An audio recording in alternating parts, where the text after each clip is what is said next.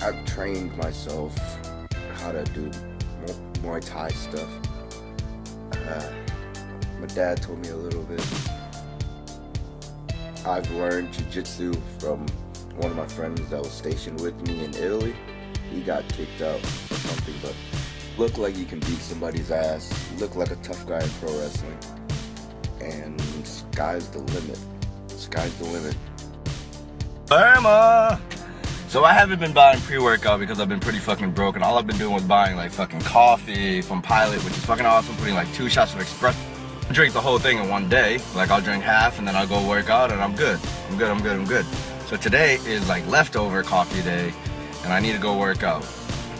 Best thing for me to do since it's fucking, you know, it's old coffee, let's make it old iced coffee. Yeah.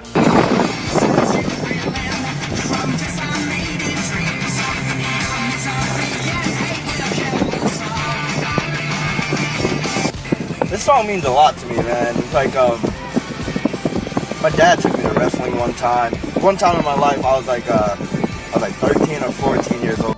It was a house show, but it was in Lowell, Massachusetts, and it meant a lot to me because we got to see the Hardy Boys, and we got to see Kurt Angle before he like debuted and shit.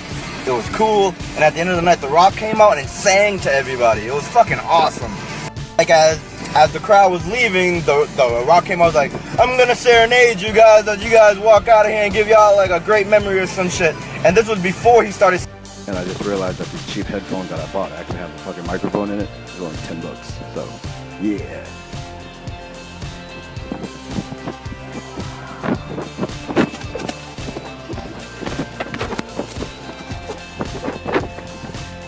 I burned myself out with all the sprinting and I did legs and I maxed out the machines and shit and ooh fuck.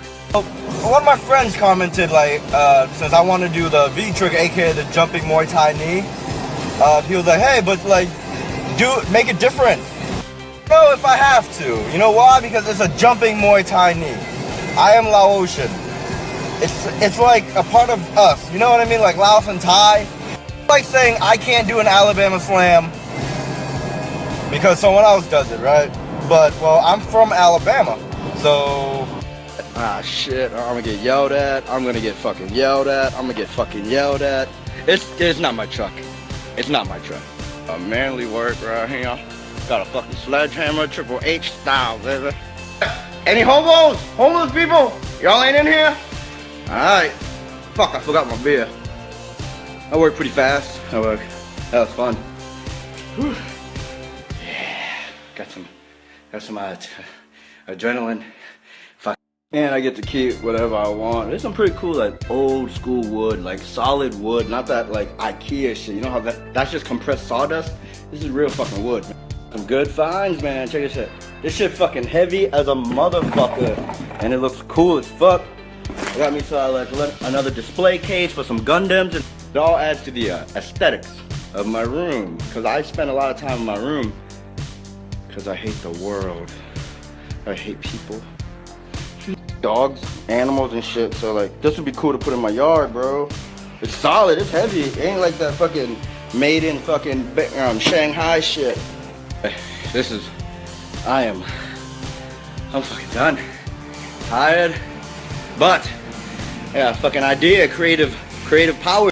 I am going to before it's all cleaned up and shit, take promo pictures here. It's different. They got some cool background, right? Yeah. Yeah. Mad aggression got released. Fucking testosterone on high right now. Just fucking.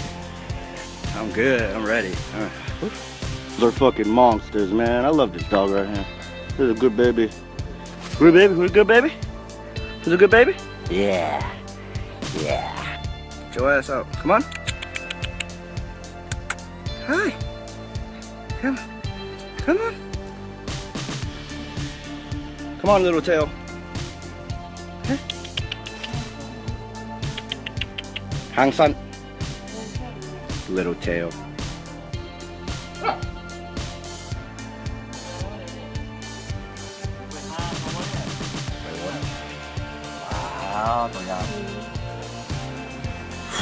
Did a lot today, man. Fuck.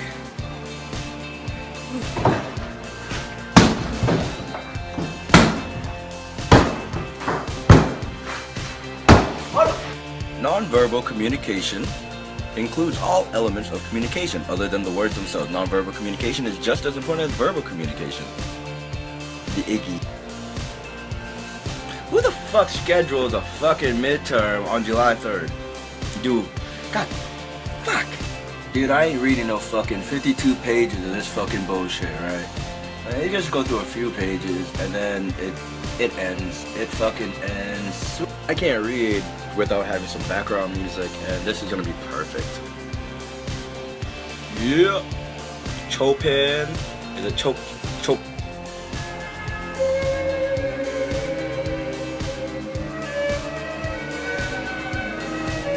I made a footrest. Yeah. Because most boys develop masculine identities that require separating from their initial relationships with their mothers, and because they tend to interact in activity-specific groups, changing members, they learn to define themselves relatively independently of others and to maintain some distance between themselves and others. Children in single-parent families may have difficulty finding available models of both genders. Yeah, if you don't have people around, like, sometimes I just feel like 60% of professional wrestlers are really fucking stupid. In a nutshell, we're fucking artists, right? Artistry, but you have to have smarts and creativity, street smarts. Like, this can't be your only avenue of, like, creative expression, man. It can't. It fucking can't. It can't be the only thing that you fucking study. You have to study all different kinds of art forms. You have to study, like, real, like, world knowledge. If you're just a dense wrestler, you're just a dense wrestler. You're like Kane reads every fucking day. Kane, the big red machine. This fucking chapter just says that, like, strong masculine egos find it hard to empathize with others. That's fucking false, dude. A strong male knows how to empathize with others, in my opinion, and knows how to help guide because they're the strong man. A weak male has a lot of self-doubt and things like that, but a strong one knows exactly what needs to be done, I think. Saying that society and our peers and things like that are telling us that if we don't play sports, or if we don't play with Barbies, or if we don't, do certain things, it's less of what we are, biologically. It makes me think a little bit. Because always growing up, my sister would always make fun of me for doing certain things, liking certain kinds of music, watching certain kinds of TV shows. She would be like, why are you watching Sailor Moon? Or when I had a Hello Kitty rice cooker in my apartment, she would call me a faggot. Anytime I would do something out of the norm, she would call me gay. But I'm not. I think it's because she grew up in the Northeast, and we come from Boston, like near Boston, and it's very blunt. Everything's very blunt. Stayed living in Boston, even when the whole family moved to Alabama because of, bankruptcy and shit. And so she has a New England Boston mentality. Like, growing up, I listen to all kinds of music. I listen to, like, rock music, I mean, like Offspring, Korn, fucking Slipknot and shit like that. I also really like pop music. I really like boy bands, NSYNC, Backstreet Boys, fucking 98 Degrees. She would always judge me. She would always judge me. Almost every time I've seen her, she would always, like, make fun of me for something. And I really had a huge disdain for her. But I really didn't like her that much growing up. Now I realize it's not her fault. It's not. It's her bubble. It's her bubble that makes her. I've had the privilege of growing up different. I was a skateboarder. I did aggressive inline skating. I was extreme. I just did whatever the fuck I wanted. I don't give a fuck. If it's fun, I'm doing it. If I like it, I'm listening to it, I'm watching. Except when I stopped playing like Yu-Gi-Oh and Pokemon and shit, because I was like, oh no, people are making fun of us. I'm gonna stop. But I'm glad that I moved out of the Boston area. Because I moved down to the south, and like I had a lot of alone time. And then after Hurricane Katrina, I joined the Navy, and I met all different kinds of people from all walks of the earth. With the Navy, I've traveled the world. I've been to Italy, I've been to France, I've been to Dubai, I've been to fucking Bahrain, I've been to Greece, I've worked with people from all religions. I've worked with Christians, I've worked with Baptists, I've worked with Catholics, Muslims, Buddhists. My worldview is legit worldview. I joined the pro wrestling bubble, and that kind of creates like a mindset too. But it's all aesthetics. It's not really. Then I joined the communication bubble, filmmaking and things like that, and they have a different mentality. They have a different viewpoint. They want to just go into everything, talking about everything, expressing everything, things like that, showing your true emotion, because that's what people want to see. No one wants to see fake shit, right? And then when I got to South Alabama, I got sick of communication and I wanted to do theater. If you're a part of theater, you end up reading many plays, many plays, play after play after play that breaks down social stigmas and shit like that. You meet a lot of weird people. There are a lot of different, unique people. But then you also run into like the few that just fall into that basic mold of a theater person. You meet a lot of people that have different orientations, like sexual orientations, and some of them are proud, but then some of them are hiding it, things like that. You just realize that people are different, people are unique, and all you should do is accept them for what they are.